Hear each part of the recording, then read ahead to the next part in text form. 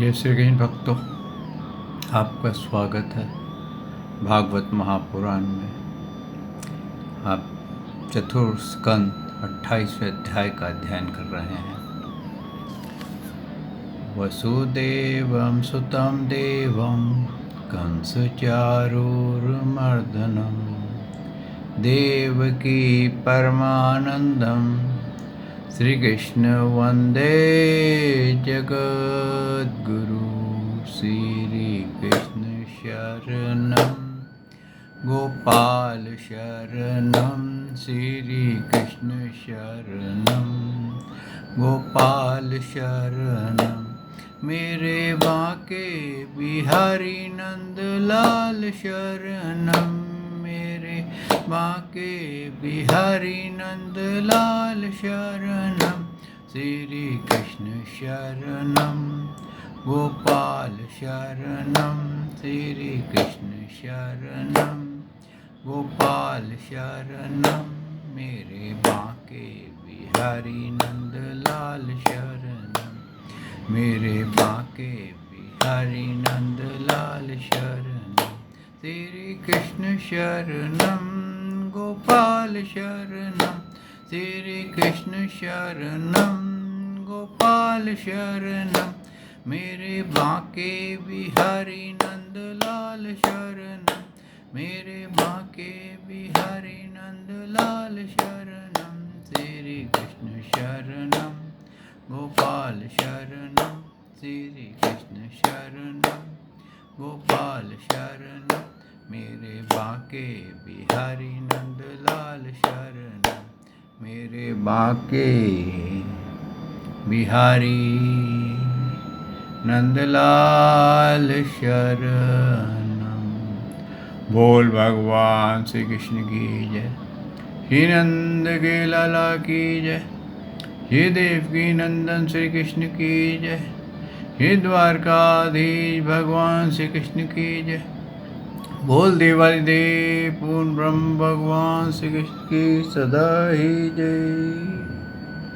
जय श्री कृष्ण भक्तों, आपका स्वागत है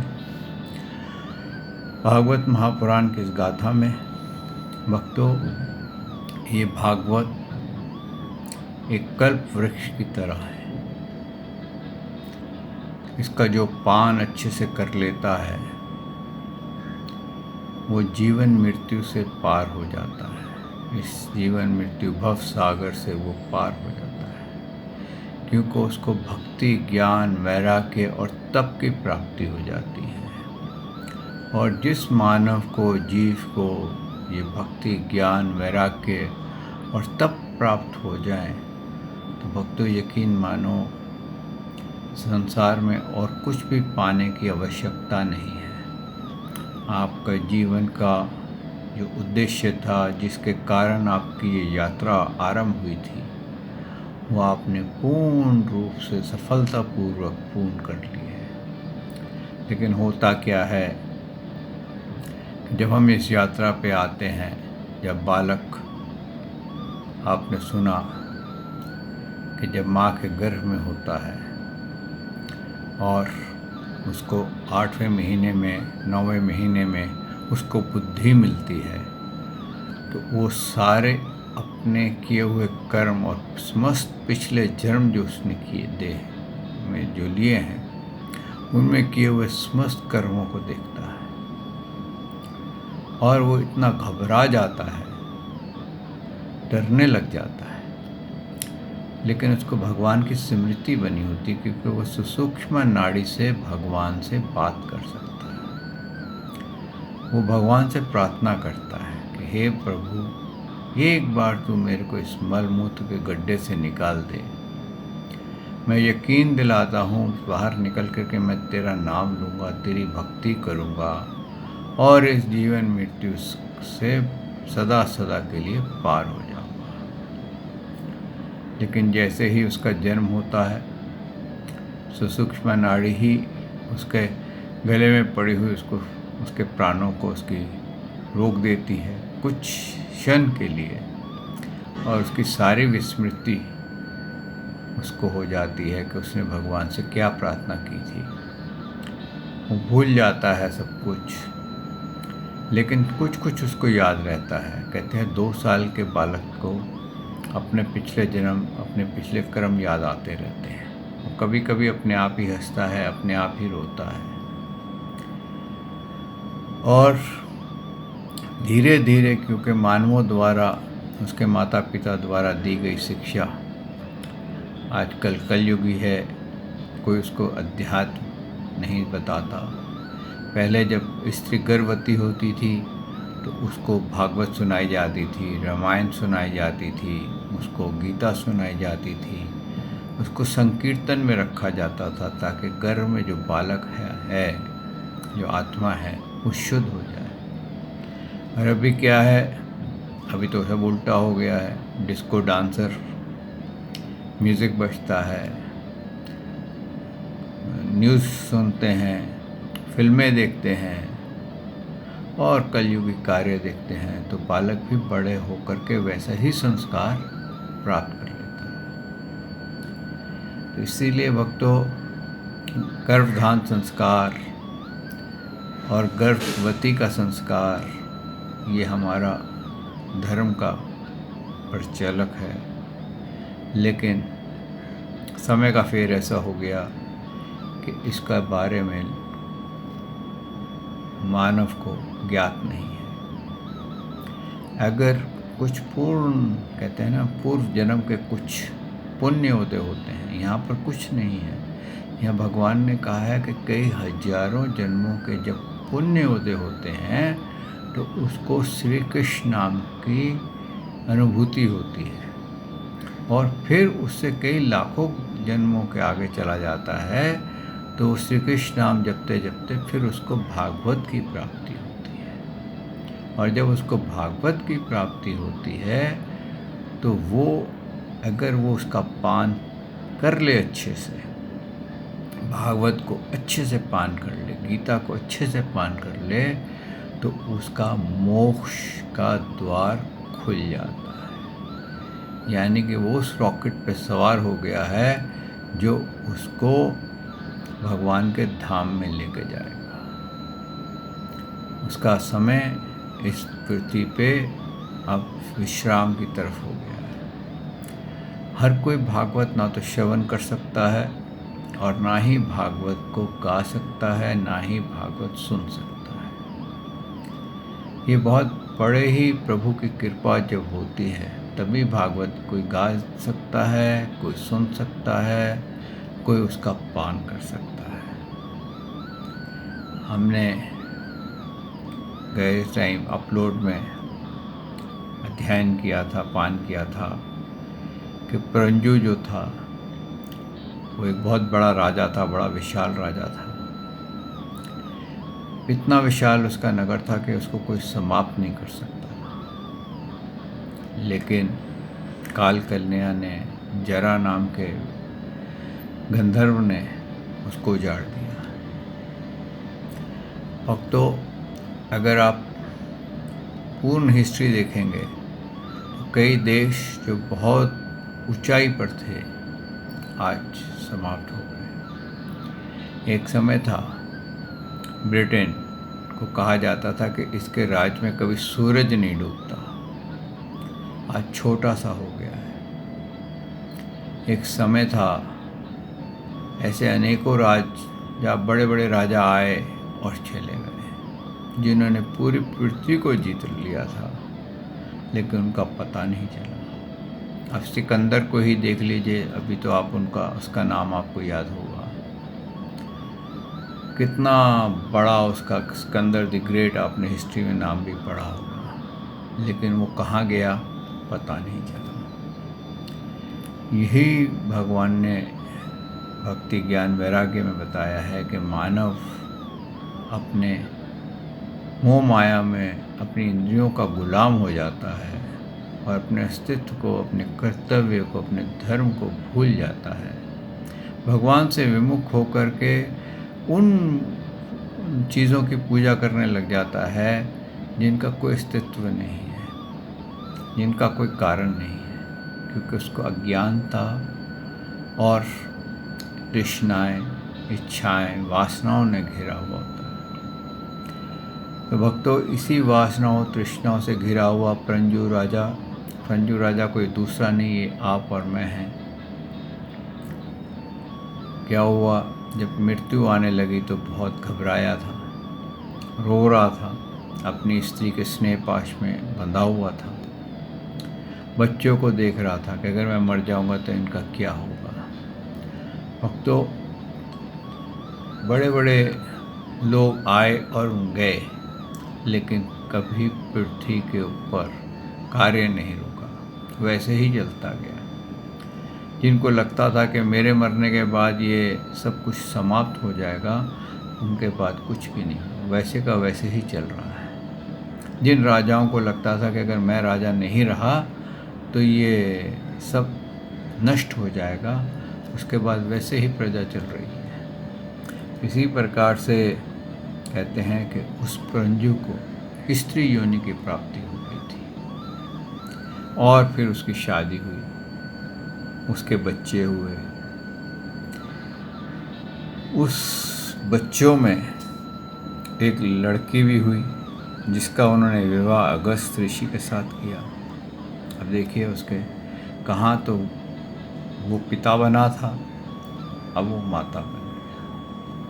और जिनको ये यकीन नहीं है, कई लोग बोलते हैं कि भाई स्त्री स्त्री ही रहती है, मनुष्य मनुष्य ही रहता है, यानी कि पुरुष पुरुष ही रहता है, तो उनकी यहाँ पर बात कुछ चैलेंज हो जाता है। और अगर आप पास्ट लाइफ रिग्रेशन करेंगे तो ऐसे बहुत से केसेस मिलेंगे जिसके अंदर कि वो पहले पुरुष थे, फिर स्त्रियाँ हो गए, पहले स्त्रियाँ थी, बाद में पुरुष हो गए। फिर उनके ये भी आजकल तो ऐसे भी मिल जाते हैं कि वो पशु पक्षियों की योनियों में भी रहे हैं। मैं USA में था, वहाँ पर देख रहा था पास्ट लाइफ रिग्रेशन का केस। उसमें वो कहता है मैं मछली के रूप में था। अब बताइए, मानव से मछली बन गया था।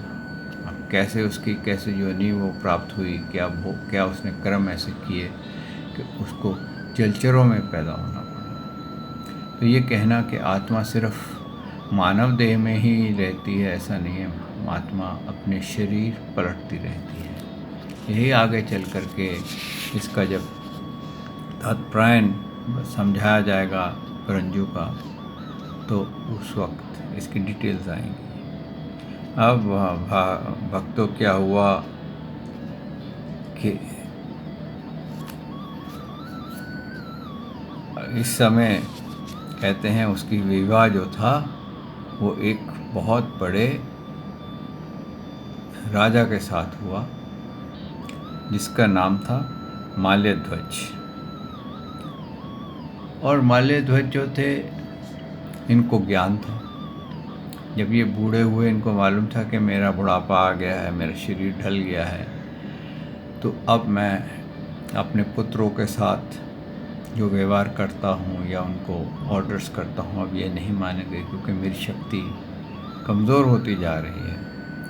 इससे पहले कि जैसे प्रंजु के साथ हुआ था कि उसका अमात्य वर्ग, उसके पुत्र, उसकी पत्नी उसका मान छोड़ दिया था, उसका अपमानित करने लग गए थे, वो पोजीशन आने से पहले ही उसने अपने आप को, कहते हैं, राजगद्दी से विड्रॉ कर लिया और वो एक पर्वत पर चले गए। वहाँ जाकर के भगवान श्री कृष्ण का चिंतन करने लगे, क्योंकि उनको मालूम था केवल भगवान श्री कृष्ण का चिंतन करने से ही वो जीवन मृत्यु की इस भव सागर से पार जा सकते हैं। उनके किए हुए कर्म, जिसके अंदर पुण्य, पाप, दुष्कर्म सब कुछ आ जाएगा, वो वहीं पर ही भगवान को क्षमा कर सकते हैं। तो इस प्रकार से कहते हैं वो वहाँ पर चले गए और वहाँ जा कर के अब कहते हैं ना, जंगल में क्या खाते थे, अब जंगल में उन्होंने कंद, बीज, मूल, फल, पुष्प, पत्ते, तृण और जल से ही निर्वाह करते हुए कठोर तप किया। क्या होता है भक्तों, अगर हम राजसिक हैवी फूड खाएंगे तो हम भक्ति नहीं कर सकेंगे, और अगर हम बहुत ही बिल्कुल नहीं खाएंगे तो भी भक्ति नहीं कर सकेंगे। तो हमारे को वो फल खाना चाहिए जो हमारे अनुकूल हो, तो उसके अनुकूल वो खाते थे और भगवान की भक्ति करते थे। आइए भक्तों, इस भागवत महापुराण को यहाँ आरंभ करते हैं। चतुर्स्कंद 28वां अध्याय। सच्चिदानंद रूपाय विश्वोत्पत्ते आदि हेतुवे ताप्त विनाशाय श्रीकृष्णाय वयं नमो नमः। श्रीकृष्णाय वयं नमो नमः। श्रीकृष्णाय वयं नमो नमः। श्रीकृष्णाय वयं नमो नमः। बोल भगवान श्री कृष्ण महाराज की जय। जय श्री कृष्ण भक्तों। अब माल्य ध्वज जो थे वहाँ पर तपस्या करने लगे, पर्वत पर जाके। तो महाराज माल्य ध्वज के सर्वत्र समाधिष्ठ रखकर शीत उष्णा वर्षा वायु भूख प्यास प्रिय अप्रिय और सुख दुख आदि को सभी द्वंद्वों को जीत लिया। तप और वासना से वासनाओं को निर्मल कर तथा मन नियम आदि द्वारा इंद्रियां प्राण और मन को वश में करके वे आत्मा में ब्रह्म भावना करने लगे। इस प्रकार 100 दिव्य वर्ष तक स्थानों के समान निश्चल भाव से एक ही स्थान पर बैठे रहे। भगवान वासुदेव में सुदृढ़ प्रेम हो जाने के कारण इतने समय तक उन्हें शरीर का भी भान न आ रहा। राजन, गुरु स्वरूप साक्षात श्री हरि के उपदेश किए हुए तथा अपने अंतकरण में सब ओर स्फूर्ति होने वाली विशुद्ध विज्ञान दीपक से उन्होंने देखा कि अंतकरण की वृत्तियां प्रकाश आत्मा स्वप्न अवस्था की भांति देह आदि समस्त उपाधियों में व्याप्त तथा उनमें पृथक भी है। ऐसा अनुभव करके वे सब ओर से उदासीन हो गए। फिर अपने आत्मा को परब्रह्म में और परब्रह्म को अपने आत्मा में अभिन्न रूप से देखा और अंत में इस अभेद चिंतन को भी त्याग कर सर्वथा के लिए शांत हो गए। यानी कि उन्होंने देह त्याग दी। कैसे त्याग दी कि उनको ज्ञान था कि भगवान सर्वत्र हैं और वो भगवान को ही हर वस्तु में भगवान को ही देखते थे। तो ब्रह्म भगवान का जो ब्रह्म रूप है वो कण कण में समाया हुआ है।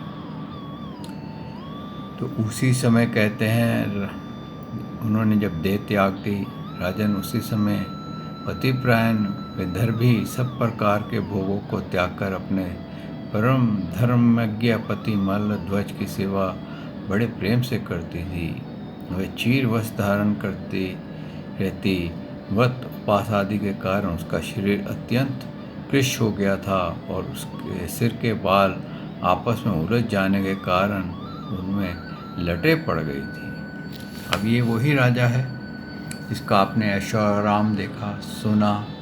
अब क्या हुआ, अब स्त्री बन करके अब वो सेवा कर रही थी। किसकी? अपने पति की सेवा कर रही थी। तो उसको एक दिन क्या हुआ, वो जब पति के पाँव दबाने लगी तो क्या देखती है कि उनमें गर्मी नहीं है, पाँव जो है ठंडे हो गए हैं। वो समझ गई कि ये इनकी मृत्यु हो गई है, ये इनकी आत्मा ब्रह्म में लीन हो गई है। क्योंकि उनके ब्रह्म में लीन होने पर उनके कहते हैं जब वो तप करते थे माल्य ध्वज, तो उनके शरीर में एक ज्योति रहती थी, लाइट होती थी। और उसने देखा वो लाइट सब शांत हो गई है। कहते हैं उसने क्या करा, उसने एक ऊंचे स्थान पर एक चिता बनाई, लकड़ियाँ इकट्ठी करी और बड़ी कठिनता से चिता बनाई। फिर उनको राजा को उठाया, उस चिता पे लिटा करके उसको मुख अग्नि दी और मुख अग्नि दे करके 3 बार परिक्रमा करी। अब पहले क्या रहता था कि स्त्री पति के साथ ही सती होती थी।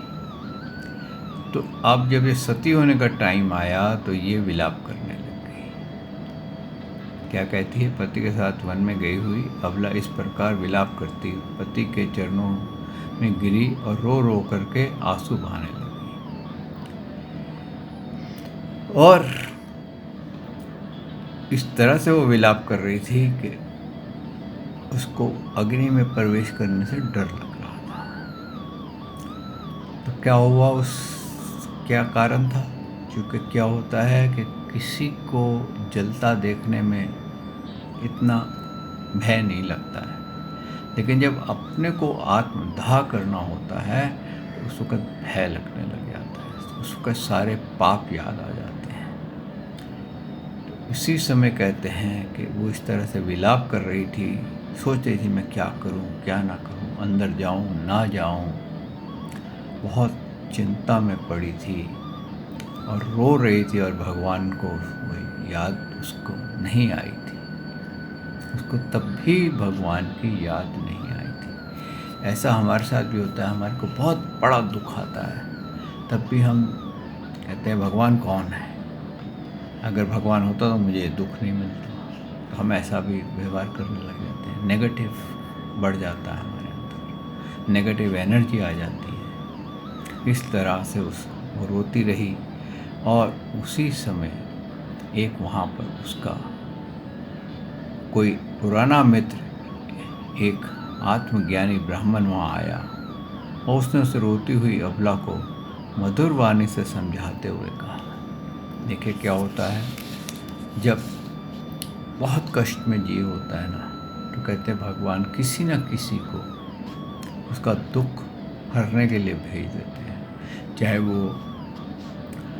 कोई कैसेट का अपलोड हो, चाहे वो किसी गीता का उपदेश हो, चाहे वो भागवत का कुछ मंत्र हो, चाहे कोई साधु संत ही वहाँ आ जाए, और चाहे कोई वैसे ही हंसी मजाक में ही उपदेश दे जाए, क्योंकि ज्ञान का कुछ पता नहीं भगवान कब किस रूप में आपको क्या ज्ञान दे जाए, आपको कौन सी वस्तु से उसको ऐसा कर जाए कि आप सदा के लिए आनंदित हो जाएं। कुछ ऐसी वस्तु हाथ लग जाए कि आपको कहते हैं ना, जैसे समंतक मणि हाथ लग जाए, कोई कमी नहीं है, पारस हाथ लग जाए, कुछ भी ऐसा वस्तु हाथ लग जाए कि जो कि आपको पूर्ण कर दे। तो वहाँ ब्राह्मण ने क्या कहा? ब्राह्मण ने कहा तू कौन है? उससे प्रश्न किया, तू कौन है, किसकी पुत्री है, और जिसके लिए तू शोक कर रही है वह सोया हुआ पुरुष कौन है? क्या तुम मुझे नहीं जानती? मैं वही तेरा मित्र हूँ जिसके साथ तू पहले विचरा करती थी। देखिए, ज्ञानी के साथ, साधु के साथ कोई ना कोई भगवान का संबंध हमारा रहता है, तभी हमारे को ये ज्ञान की प्राप्ति होती है। इसीलिए इस परंजू को इतना विश्व में पड़े हो रहने के बावजूद भी भगवान ने उसको ज्ञान देने के लिए एक किसी ब्राह्मण के रूप में, कहते हैं स्वयं भगवान ही आए थे और उसको ज्ञान दे रहे थे। और ये ज्ञान किसको दे रहे हैं? ये आपको और मेरे को दे रहे हैं। हम ही परंजू हैं। जो पहले पुरुष था अब स्त्री है। अब उन्होंने क्या पूछा कि तू किसकी पुत्री है, ये सोया हुआ कौन है? क्या तुम मुझे नहीं जानती? मैं वही तेरा मित्र हूँ जिसके साथ तू पहले विचरा करती थी। सखे, क्या तुम्हें अपनी याद आती है? किसी समय मैं तुम्हारा विज्ञात नामक सखा था। तुम पृथ्वी के भोग भोगने के लिए निवास स्थान की खोज में मुझे छोड़कर चले गए थे।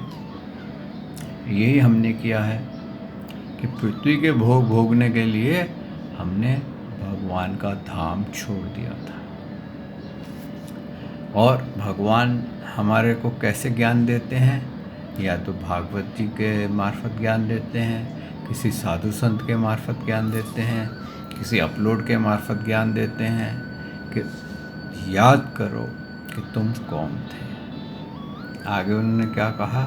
आर्य, पहले मैं और तुम एक दूसरे के मित्र एवं मांसवसी हंस थे।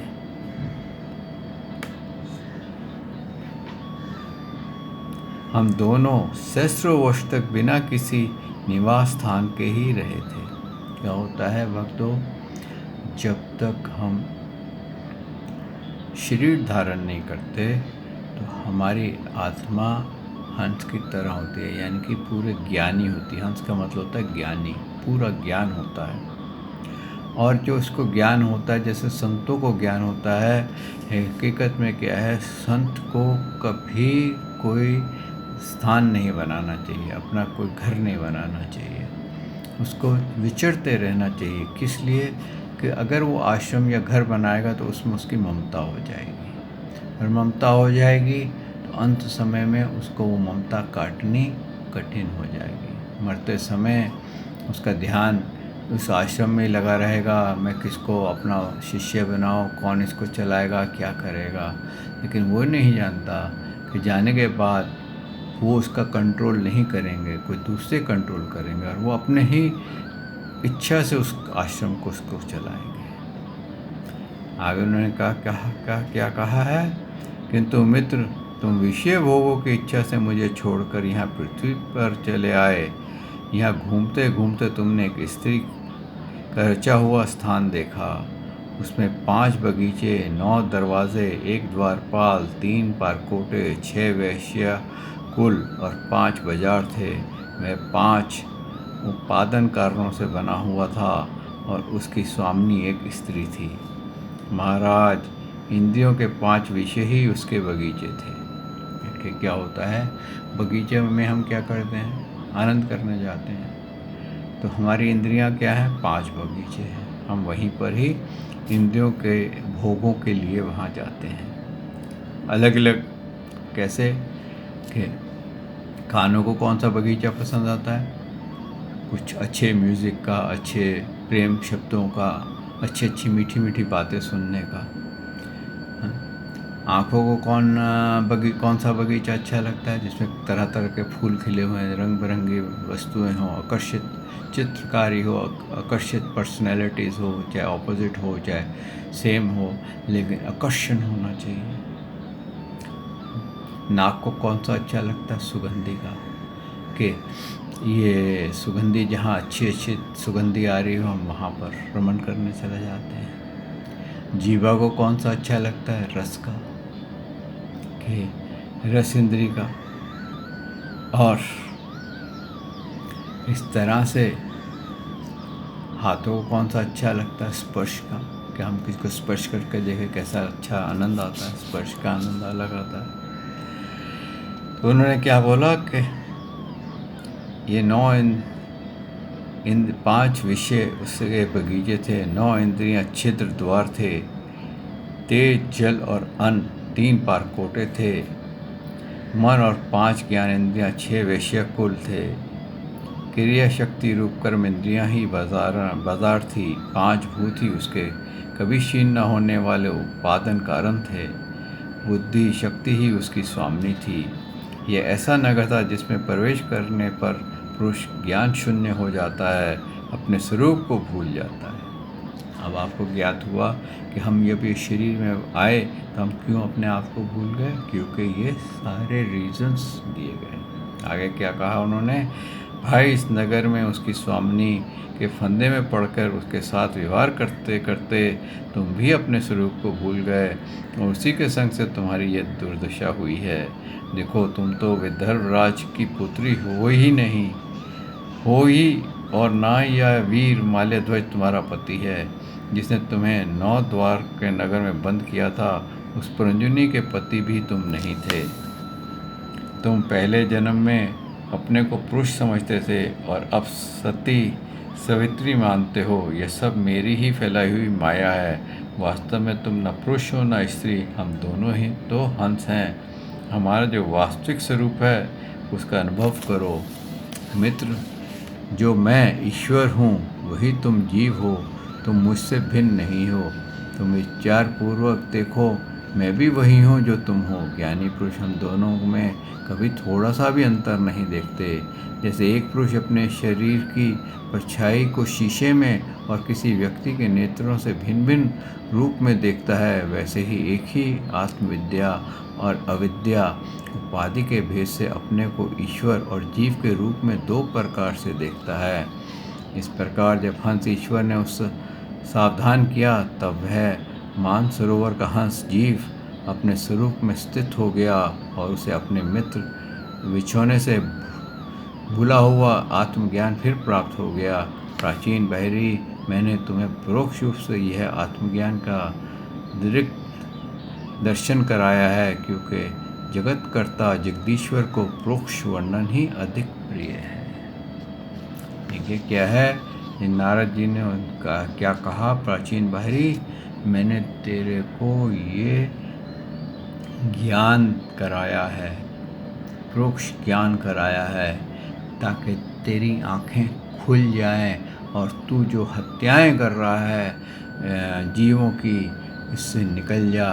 क्योंकि इसके बाद मालूम नहीं तेरे साथ क्या होगा, तो कौन सी योनि में जाएगा और तू इन पापों में इतना लिप्त हो जाएगा कि तू घोर नरकों में भटकेगा। यहीं भक्तों आज वाणी को विश्राम देते हैं और यहीं पर आज 28वें अध्याय का भी विश्राम होता है। कल भगवान ने चाहा तो उससे आगे 29वां अध्याय का अध्ययन करेंगे और इस परंजू की आगे गाथा पूर्ण करेंगे। श्री कृष्ण शरणम गोपाल शरणम, श्री कृष्ण शरणम गोपाल शरणम, मेरे बांके बिहारी नंदलाल शरणम, मेरे बांके बिहारी नंदलाल शरणम, श्री कृष्ण शरणम गोपाल शरणम, श्री कृष्ण शरणम गोपाल शरणम, मेरे बांके बिहारी नंदलाल शरणम, मेरे बांके बिहारी नंदलाल शरणम। बोल भगवान श्री कृष्ण की जय, ही नंद के लाला की जय, हे देवकी नंदन श्री कृष्ण की जय, हे द्वारकाधीश भगवान श्री कृष्ण की जय। बोल देवादी पूर्ण ब्रह्म भगवान श्री कृष्ण की सदा ही जय। जय श्री कृष्ण भक्तों।